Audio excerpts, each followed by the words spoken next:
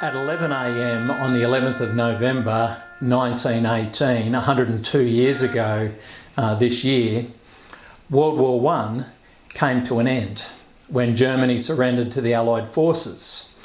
After 4 long years of bloodshed, the final armistice was signed and the war ended. But the losses in that war were enormous. 8.6 million soldiers lost their lives on the battlefield. On average, that's around 5,600 soldiers were killed every day during the war. Amazingly, almost 500,000 Australians volunteered for World War I to fight for God, King and country. But nearly 62,000 of them were killed and didn't return home, which was a huge price to pay for a very young nation. At the time, our nation lost almost a whole generation with so many young Australians killed. They came from all walks of life, from around the country. And I'm sure for those of us listening to this, there's members from our own extended families that have been touched by World War I. For my own family, on my mother's side, we lost a distant uncle who was killed in action. On my father's side, we were more lucky. My grandfather's brother, Gordon Charles Dunlop, actually had to increase his age to get into World War I, but he survived and came home. He also wanted to fight in World War II, so he had to lower his age to get into that war. And the only injury he got in the 2 wars was being shot in the foot. And so he used to get stirred that he must have got it running away. And that's why he got shot in the foot. Some soldiers were able to come home, but many didn't. Thankfully, World War I came to an end on that 11th hour of the 11th day of the 11th month, 102 years ago.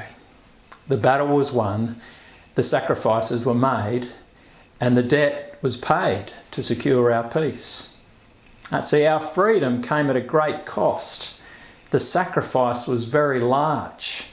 So many Australians had to lay down their lives, but the price was sufficient and the war ended, and therefore we need to never forget that.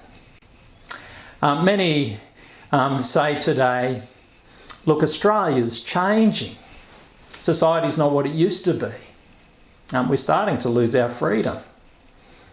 Therefore, Anzac Day is a very important day for us to remember, as we remember our soldiers and their sacrifice, as we remember their mateship and their courage, and particularly their service, those who made life not about themselves.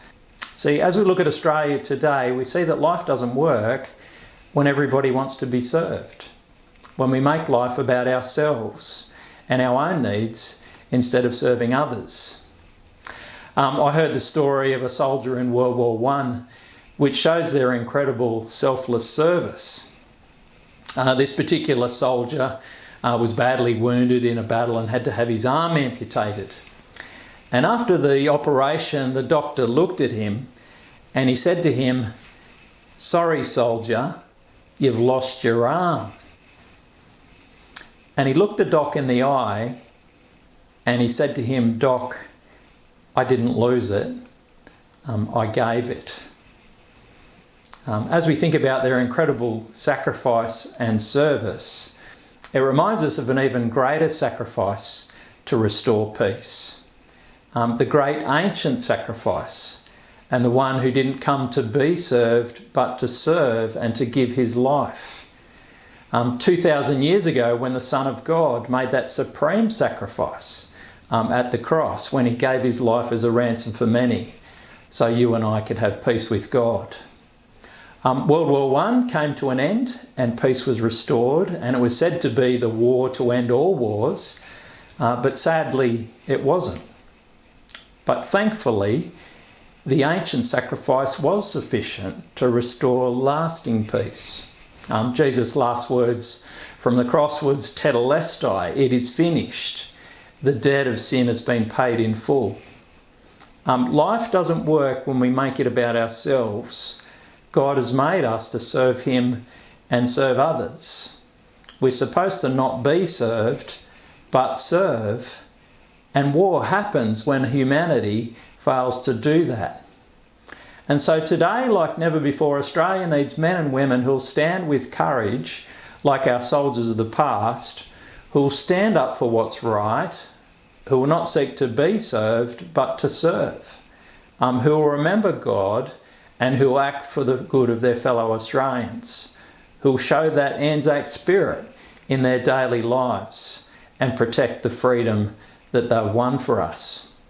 Because it's only through this that we'll be able to keep Australia the great country that it is.